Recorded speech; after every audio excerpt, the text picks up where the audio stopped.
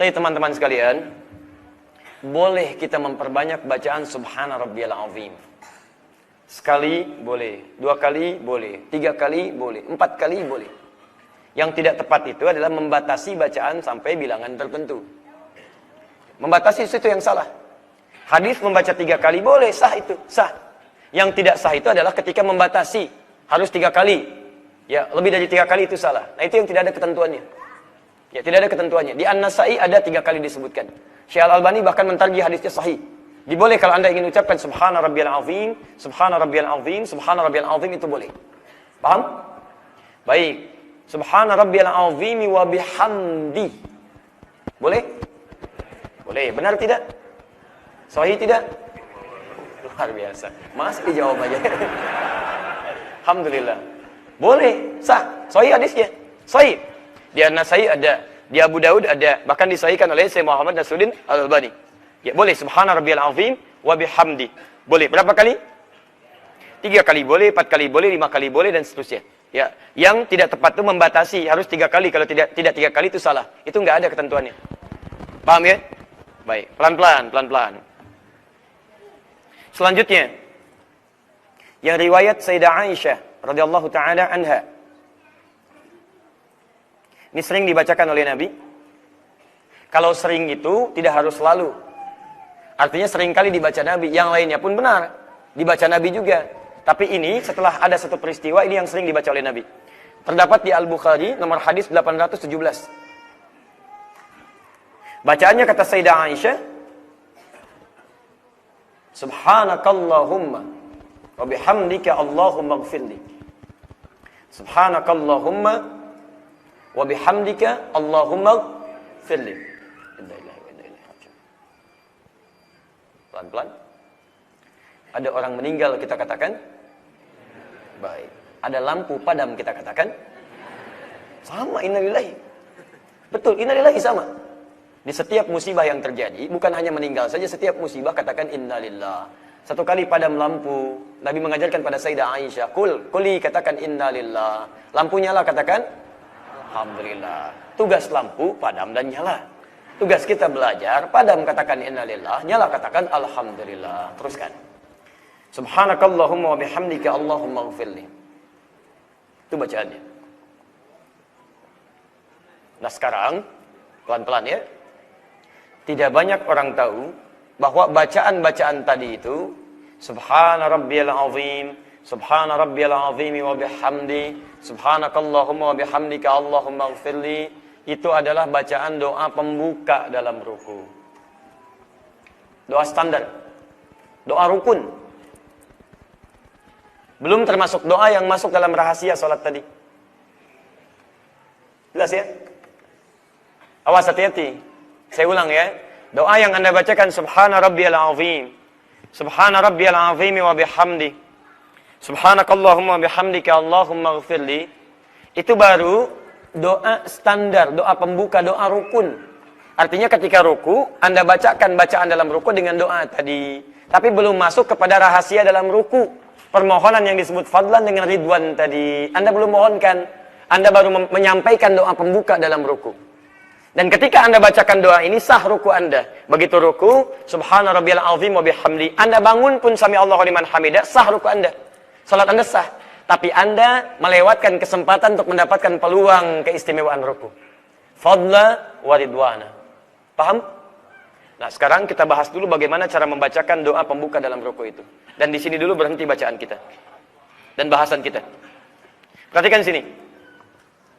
Teman-teman sekalian, kenapa bacaan Subhana Rabbiyal Azim, Subhana Rabbiyal Azim wa bihamdi, atau Subhanakallahumma wa bihamdika Allahumma ighfirli, itu kadang dibacakan sekali, 2 kali, bahkan 3 kali, bahkan lebih. Karena esensi bacaannya bukan berapa kuantitas yang kita bacakan. Bukan berapa kali kita bacakan. Tapi jumlah bilangan itu menunjukkan penghayatan, pembacaan, dan pemahaman kita pada makna kalimat yang kita bacakan. Jadi kalau antum berzikir kepada Allah, zikir.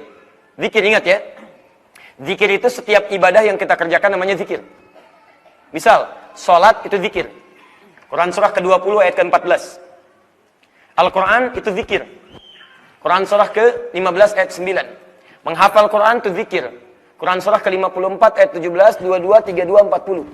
Berdoa itu zikir. Quran surah ke-7 ayat 205. Istighfar itu zikir.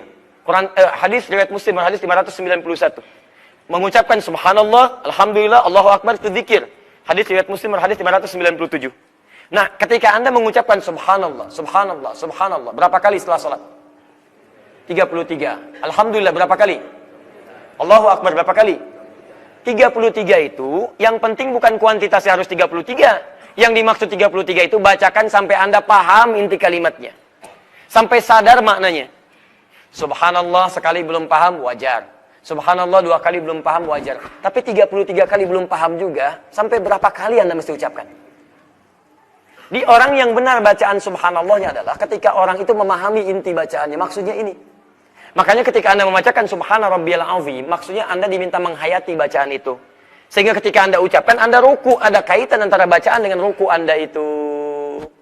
Dulu, orang ruku itu, termasuk sujud, itu diantaranya adalah sikap penghormatan, pengagungan kepada raja-raja atau yang dianggap mulia. Orang Persia kalau ingin mengagungkan rajanya, dia ruku begini, melipat tangannya, kemudian di dadanya dia ruku begini. Orang Romawi ketika ingin memuliakan rajanya, dia sujud menyembah rajanya. Bagi kita, maaf, yang raja itu hanya Allah subhanahu wa ta'ala. Yang patut diagungkan hanya Allah subhanahu wa ta'ala. Yang patut diutamakan hanya Allah subhanahu wa ta'ala. Agung itu artinya utama. Agung itu prioritas. Kalau kita ingin menepikan yang lainnya yang tidak sebanding dengan Allah, maka kita katakan subhan. Yang agung, azim. Hanya Allah, Allah yang merawat saya, menyayangi saya, memaafkan saya, mengampuni saya, memenuhi kebutuhan saya. Rabbun, saya Rabbi, subhana rabbiyal azim. Kalau ada yang penting, Allah yang lebih penting. Kalau ada yang agung, Allah yang maha agung. Kalau ada yang merasa besar, Allah yang paling besar. Jadi ketika Anda ruku itu, Anda ingin menundukkan diri Anda di hadapan Allah. Dan Anda mengatakan komitmen kepada Allah. Ya Allah, mulai saat ini, tidak ada yang paling penting di hadapan saya kecuali Engkau saja. Tidak ada yang paling agung kecuali Engkau saja. Tidak ada yang paling memberikan kontribusi pada hidup saya kecuali Engkau saja. Rabbun, merawat saya, mengampuni saya, memaafkan saya dan segalanya. Dan hebatnya Anda ucapkan kalimat subhan. Di semua doa ruku dibuka dengan kalimat subhan.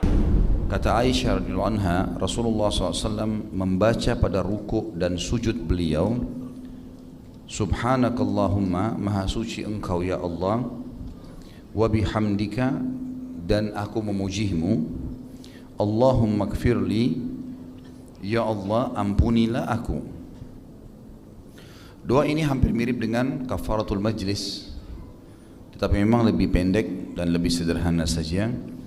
Dan bagi orang yang memang betul-betul tergesa-gesa, atau bisa kita katakan sebenarnya ada hajat dan dia harus segera menyelesaikan sholatnya, cukup boleh dibaca zikir ini.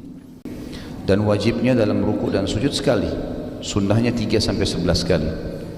Jadi selain subhana rabbiyal azim, ada pilihan.